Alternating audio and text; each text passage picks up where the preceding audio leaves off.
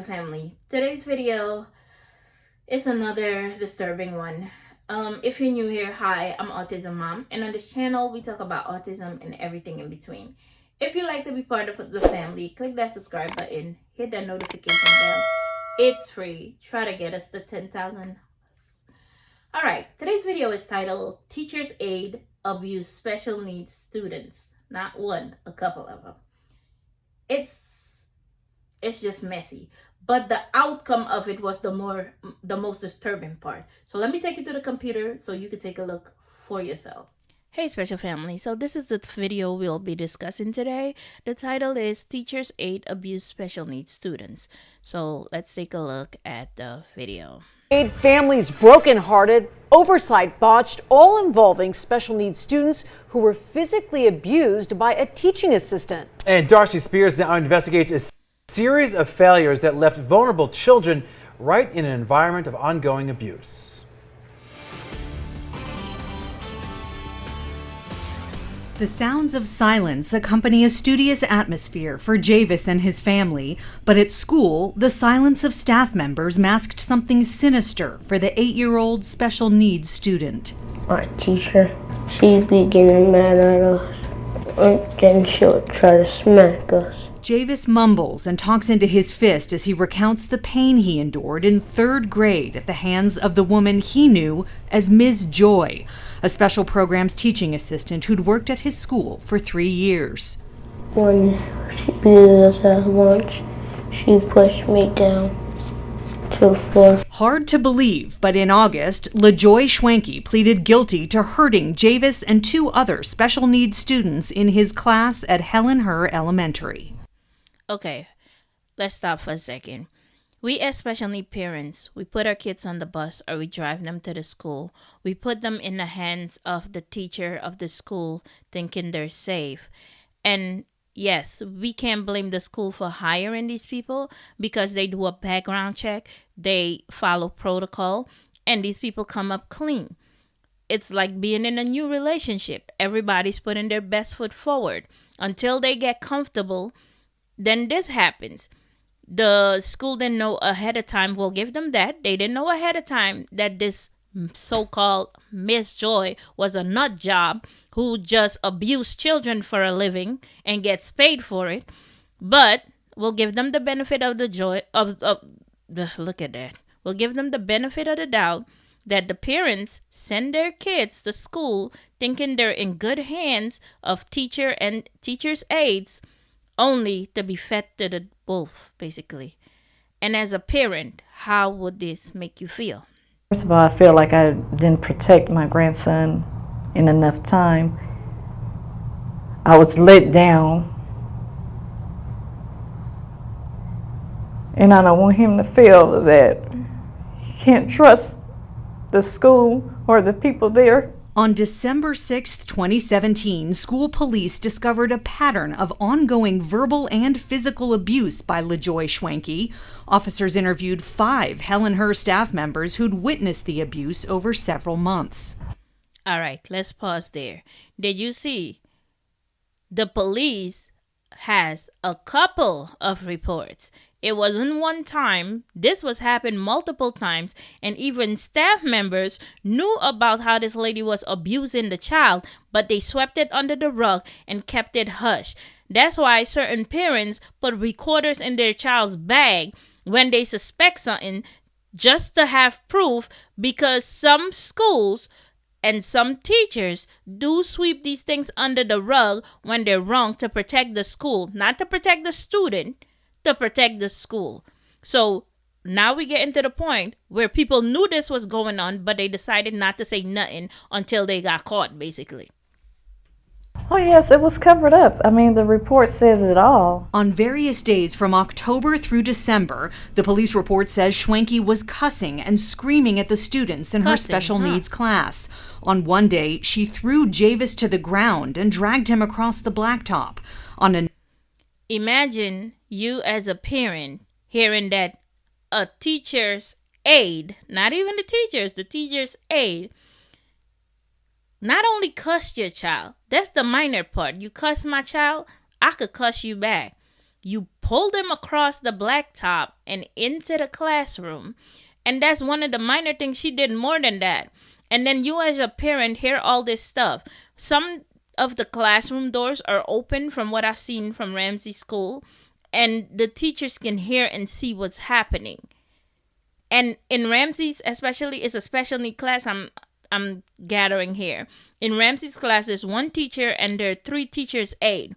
You want to tell me there was no other teacher's aide in that class and the teacher with morals, value, a heart, feeling, empathy?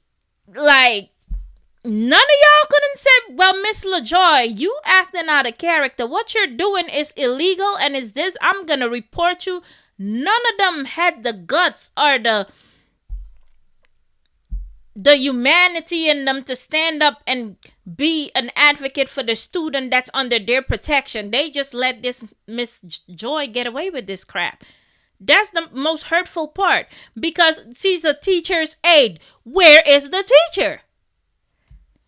Another, she threw her school work keys at Javis as he was entering the classroom and said she wished she had hit him and would have if she had been faster. She reportedly threatened all her students that if they came up on her, they would receive an elbow in the face. And she told another staff member not to leave the students with her because she will choke them out. If a teacher's aide tells you as a staff member not to leave students with her because she would choke them out, what part of you says do not report this? Or are you waiting for her to choke somebody's child out? Because not all parents are like these parents that I see here on the news station. They have some parents that are not so well in the head, that still struggle with a little black angel hair and a little white angel hair who keep whispering stuff in their ears, and they have to toggle between right and wrong when it comes to their child. They lose their top when it comes to their kid. And then this woman, at least she did herself a favor by telling you as a staff member, do not leave these kids with me.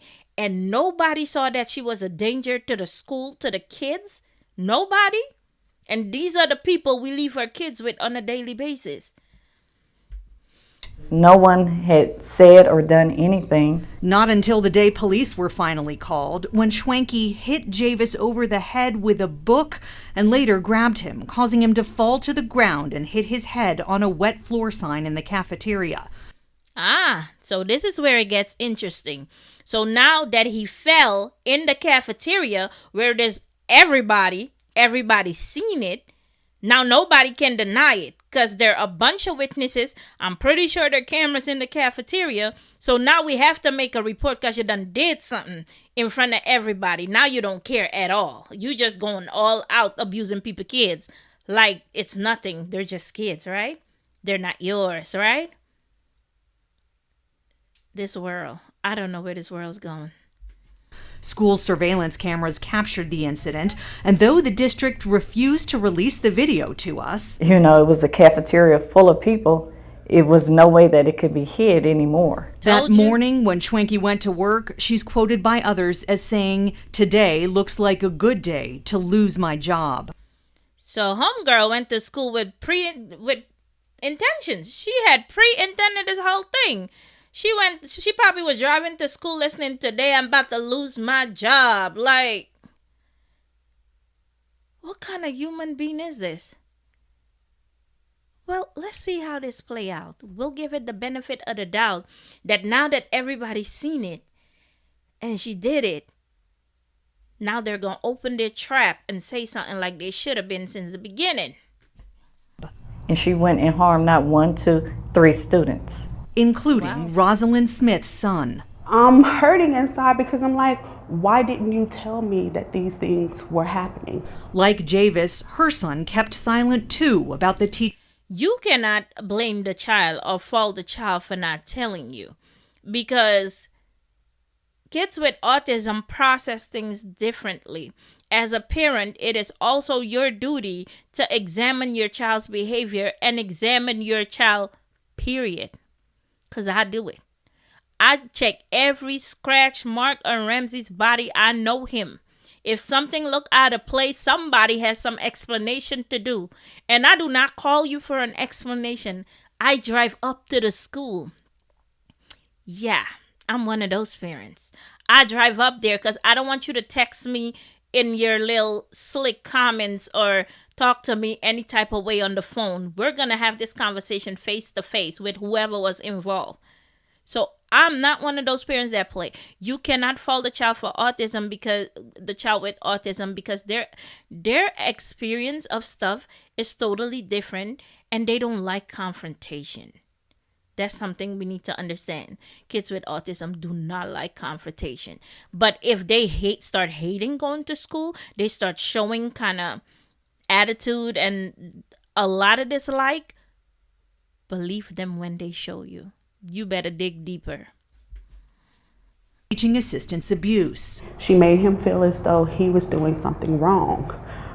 She basically put fear in my child as well. The parents we spoke to believe school staff here at Helen Her Elementary had numerous opportunities to protect their children, but failed to act. Yes. I had to call the principal repeatedly, and when we finally did speak, he declined to make any comment Of course at all. he did. Well, I mean, I think, the buck's got to stop at the school. Attorney Neil Hyman is No jail working with time. 2 of the families. Is I think the that school's got to learn from this, and I think the only way a school learns from this is by incidents like this where people speak up. LaJoy Schwenke pulled Rosalind's son by the ear, put her hand on his face, and pushed him. She also pushed a third student, causing him to fall and or hit his head on a concrete pole. Schwenke did not return our multiple calls for comment. Of course she Police wouldn't, say she bastard. initially denied the allegations, then began to cry, admitting some personal issues had been taking a toll on her, and she could feel herself getting more frustrated and needing a break. I don't give a dag on rats if you need a break. If you need a break, don't go to school. Don't go in them people building. Don't go near the kids. You lost your sister in September, but you trying to kill somebody's child today. What? They need to experience loss too the way you did? Because some of them won't let you see tomorrow. Let's just put it that way. So you're frustrated, you suffer loss, and you're going to make a child suffer for what you're suffering from. That's ridiculous. And if I'm reading down there correctly, no jail time for teaching assistant. So she does all of this and gets no jail time? Ridiculous. Break. And, I have to actually give some kudos to the school police because they do a very thorough investigation. No, they did not do a thorough investigation. You're not giving kudos to nobody. They did not do a thorough investigation because this lady was showing signs over and over, giving y'all markers, telling y'all what she feels about these kids, and nobody did anything. So you don't give kudos to nobody in this whole situation but the parents. For the only reason why the school police did something is because she did it in the cafeteria and she got caught red-handed by everybody. But kudos, you better keep those kudos. Took this matter very seriously. School police recommended charges of child abuse, saying a person responsible for the safety and welfare of children caused them to suffer unjustifiable pain or mental suffering.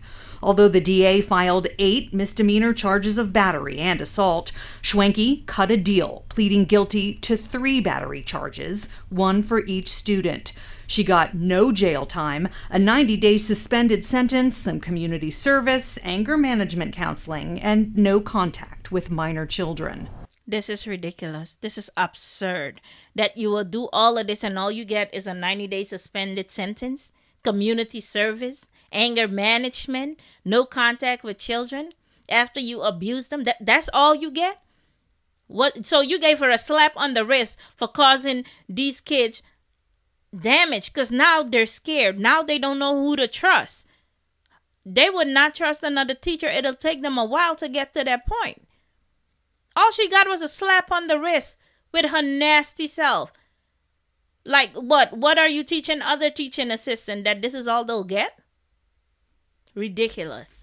Basically, it made me lose all respect for the judicial system. Yeah, definitely. And now both families I'm broken inside by it. must rebuild I can their understand. trust in the school system. Hell He has to go to school, but I keep a close eye now that this didn't take place. no one from the school district would go on. I tell y'all, I don't play about mines. I will go above and beyond for mines because that would have not been enough. That's a slap on the wrist. So if another school assistant decides to do it, this is all she has to deal with. A slap on the wrist for abusing special needs kids.